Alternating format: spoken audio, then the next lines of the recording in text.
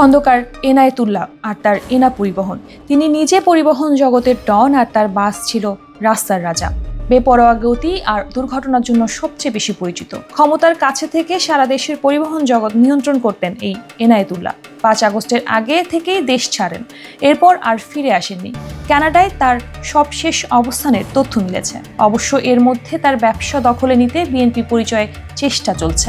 বিভিন্ন জায়গায় অ্যাকাউন্ট বন্ধ করে দেওয়া হয়েছে। তার জায়গায় ঢাকা সড়ক পরিবহন অফিসে যারা বসেছেন তারাই বাসগুলো জোর করে নিয়ে নেওয়ার চেষ্টায় লিপ্ত।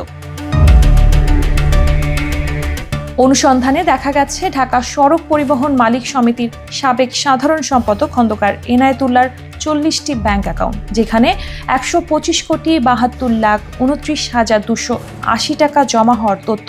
এছাড়া তার নিজের ও স্ত্রী সন্তানদের নামে 235টি বাসের দালিলিক প্রমাণ মিলেছে, যেগুলো গোপনে বিক্রি করে দেওয়ার চেষ্টা চলছে বলে দুর্নীতি দমন কমিশন জানতে পেরেছে। শেখ হাসিনার ঘনিষ্ঠ সহচর ছিলেন বিতর্কিত এনা পরিবহনের মালিক খন্দকার এনায়েতুল্লাহ। তিনি পরিবহন খাতের মাফিয়া হিসেবে দেশজুড়ে ব্যাপক পরিচিত ছিলেন। ঢাকা দক্ষিণ আওয়ামী লীগের সহসভাপতি। টানা 15 বছর দেশের অধিকাংশ সড়ক মহাসড়ক তার দখলে থাকলেও রাজনৈতিক পট পরিবর্তনের পর রয়েছেন পলাতক।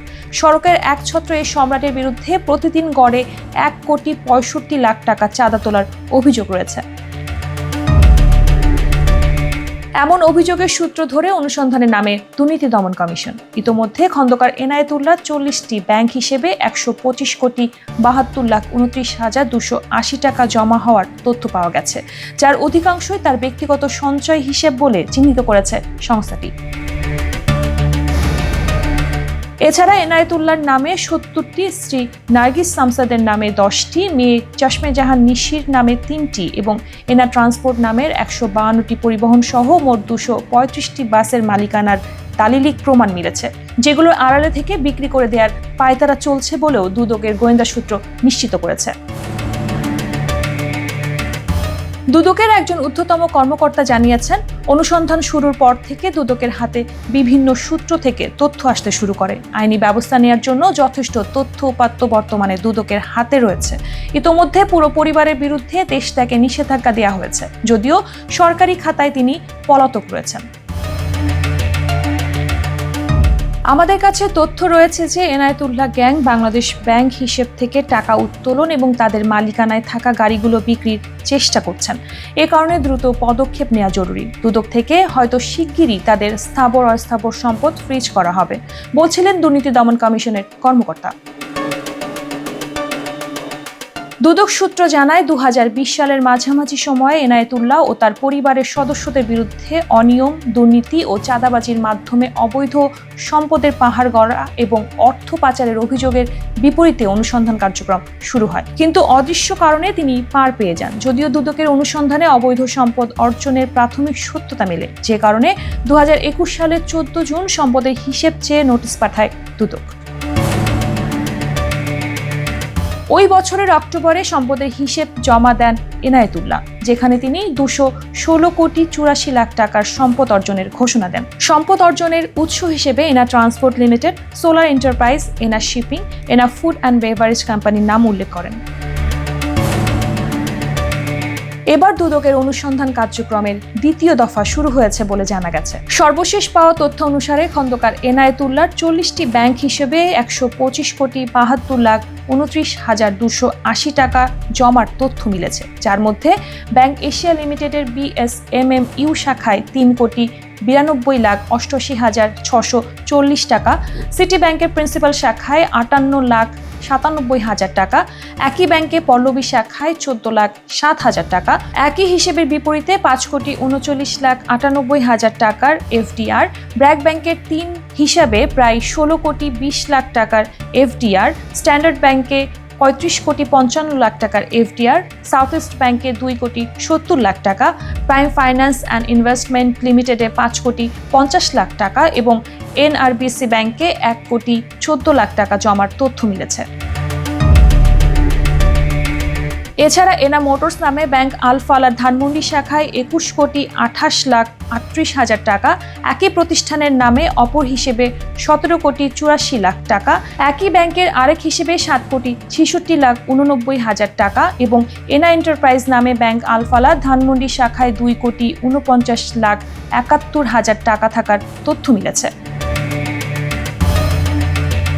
এদিকে দুদকের আবেদনের পরিপ্রেক্ষিতে গত 26 ফেব্রুয়ারি খন্দকার এনায়েত উল্লাহ, স্ত্রী নার্গিস সামসার, ছেলে রিদওয়ানুল আশিক নিলয় ও মেয়ে চাশমে জাহান নিশির বিদেশ যাত্রায় নিষেধাজ্ঞা দেওয়া হয়েছে। অনুসন্ধানকারী কর্মকর্তা দুদকের সহকারী পরিচালক খোরশেদ আলম এ আবেদন করেন।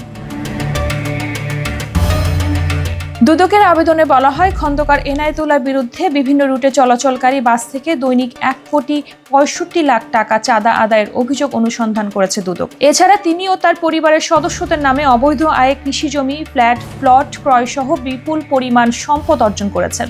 তাদের নামে বিপুল পরিমাণ অস্থাবর সম্পদ রয়েছে বলে জানা গেছে। এখনও তারা বিদেশে পালিয়ে যাওয়ার চেষ্টা করছেন। এই অবস্থায় তাদের বিদেশ যাত্রায় নিষেধাজ্ঞা প্রয়োজন।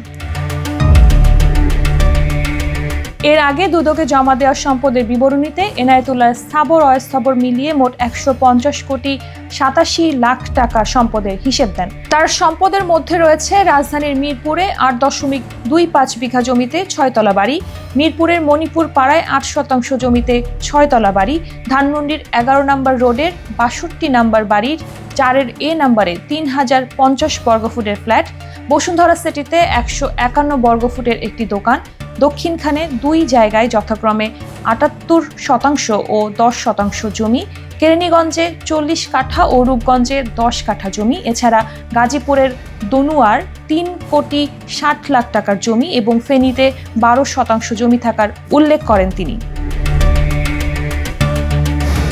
জমা দেওয়া সম্পদের বিবরণীতে এনায়েতুল্লাহ এনা ট্রান্সপোর্ট লিমিটেডের নামে 80টি বাসের মালিকানার তথ্য দেন। তবে সূত্রে জানা যায়, ঢাকা মহানগর ও আশেপাশে চলাচলকারী Tanzil Paribahan, Basumati Paribahan, solar enterprise, Ena shipping ও এনা ফুড অ্যান্ড বেভারেজ কোম্পানিতে বড় অঙ্কের শেয়ার রয়েছে তার।